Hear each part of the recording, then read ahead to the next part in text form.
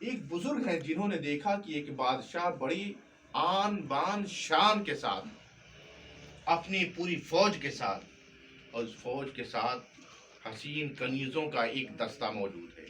اور مال و زر لیے ہوئے ایک دستہ موجود ہے، اور فوجیوں کا بھی ایک دستہ موجود ہے خصوصاً طور پہ وہ بادشاہ پوری آن بان شان کے ساتھ جا رہا ہے۔ جب اس فقیر کی نظر اس بادشاہ پر پڑی تو بادشاہ کو اس نے دیکھا کہ آخر یہ بادشاہ اتنی شان و شوکت کے ساتھ کہاں جا رہا ہے۔ وہ فقیر اس بادشاہ کے پیچھے پیچھے، اس کی فوج کے پیچھے پیچھے وہ آگے بڑھتا رہا۔ کیا دیکھا؟ بادشاہ ایک قبرستان میں داخل ہوا اور ایک قبر کے پاس جا کر اس نے اشارہ کیا، جن کے پاس مال و زر تھا وہ دستہ آگے حاضر ہوا۔ بادشاہ نے کہا اے میرے لخت جگر، وہ اس کے بیٹے کی مزار تھی، وہ عرض کرتا ہے میرے لخت جگر، اگر یہ مال و دولت قربان کر کے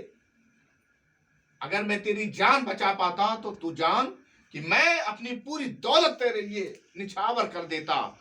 خرچ کر دیتا اور تیری جان میں بچا لیتا۔ لیکن ہائے افسوس، ہائے افسوس، یہ اتنی دولت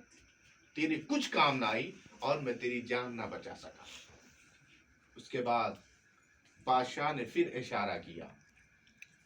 تو ان حسین کنیزوں کا دستہ قبر کے پاس حاضر ہوا۔ اس کے بعد وہ بادشاہ پھر عرض کرتا ہے اے میرے لخت جگر، اے نور نظر، اے میرے بیٹے سن، اگر میں ان حسین کنیزوں کو تیرے لیے قربان کرتا اور تیری جان بچ سکتی تو میں ان حسین کنیزوں کو تیرے لیے قربان کر دیتا، سب کو ذبح کروا دیتا، لیکن ہائے افسوس یہ بھی تیرے کچھ کام نہ آئی اور تو اس دنیا سے رخصت ہوا۔ اس کے بعد بادشاہ نے کہا، پھر اشارہ کیا، وہ فوجیوں کا دستہ آگے آیا۔ بادشاہ پھر عرض کرتا ہے اے میرے لخت جگر، اگر اس فوج سے میں حملہ کرا کر، جنگ کرا کر تیری جان بچا سکتا تو میں پوری فوج کو تیرے لیے قربان کر دیتا، لیکن ہائے افسوس یہ فوجی دستے بھی تیرے کچھ کام نہ آئے اور تو نے اس دنیا کو خیر آباد کیا اور تو مجھ سے رخصت ہوا۔ اس کے بعد اس نے اپنے بچے کے حق میں دعائیں کی اور پھر یہ کہہ کر وہ واپس گیا کہ آئندہ سال پھر میں تیری قبر پر حاضر ہوں گا، جب تک کے لیے میں تجھ سے ودا لیتا ہوں، رخصت ہوتا ہوں۔ تو بتانے کا مقصد یہ ہے کہ اگر بندہ اپنے مال و زر کو قربان کر کے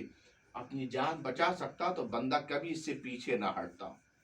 جب آن بان شان کے لیے وہ سب کچھ قربان کر دیتا ہے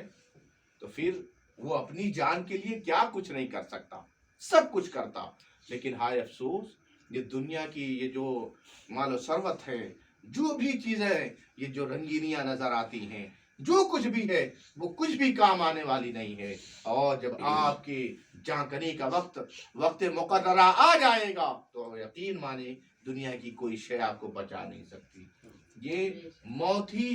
جان کی حفاظت کرتی ہے اور یہ جان موت کی حفاظت کرتی ہے۔ لیکن بہرحال وقت تنگ ہے، حضرت کا اشارہ ہے کہ اب آپ لوگ سونے کا وقت ہو گیا، کچھ لوگ اونگ رہے ہیں، اس لیے انشاءاللہ کبھی اور موقع ملا تو میں انشاءاللہ اسی موضوع پر ایسی گفتگو کروں گا کہ آپ حضرات سنتے رہ جائیں گے اور انشاءاللہ موت کی دہشت آپ کے دلوں میں طاری ہو جائے گی، اور جب یہ کیفیت پیدا ہو جائے تو آپ جان لیں کہ انشاءاللہ آپ گناہوں سے باز رہیں گے۔ اللہ تبارک و تعالی ہمیں ہر طرح کی گناہوں سے جو ہم سے قصدن ہوتے ہیں، جو ہماری آنکھوں سے ہوتے ہیں، جو ہمارے ہاتھوں سے ہوتے ہیں، جو ہمارے قدموں سے گناہ ہوتے ہیں، جو گناہ ہم اپنی زبان سے کرتے ہیں، دوسروں کی غیبت چغلخوری کرتے ہیں اور فحش کلامی کرتے ہیں، ہم فحش چیزیں دیکھتے ہیں، اللہ تبارک و تعالی ان سب چیزوں سے ہمیں بچنے کی توفیق عطا فرمائے، ہم سب کے دلوں میں موت کا خوف پیدا کر دے تاکہ ہم اپنی زندگی میں سدھار پیدا کریں۔ اللہ تبارک و تعالی ہم سب کو پروردگار عالم نے پہلے ہی تلقین کر دی ہے، یا ایھا الانسان ما غرک بربک الکریم، اے انسان کیوں ادھر ادھر مارا پھرتا ہے، اپنے رب کی بارگاہ میں اس سے پہلے آ جا کہ تجھے لایا جائے۔ اس لیے اللہ تبارک و تعالی کا خوف اپنے دلوں میں رچائیں اور بسائیں اور آخرت کی فکر پیدا کریں، تاکہ ہم جب اس دنیا سے رخصت ہوں تو ہمیں دنیا والوں سے آخرت میں بروز حشر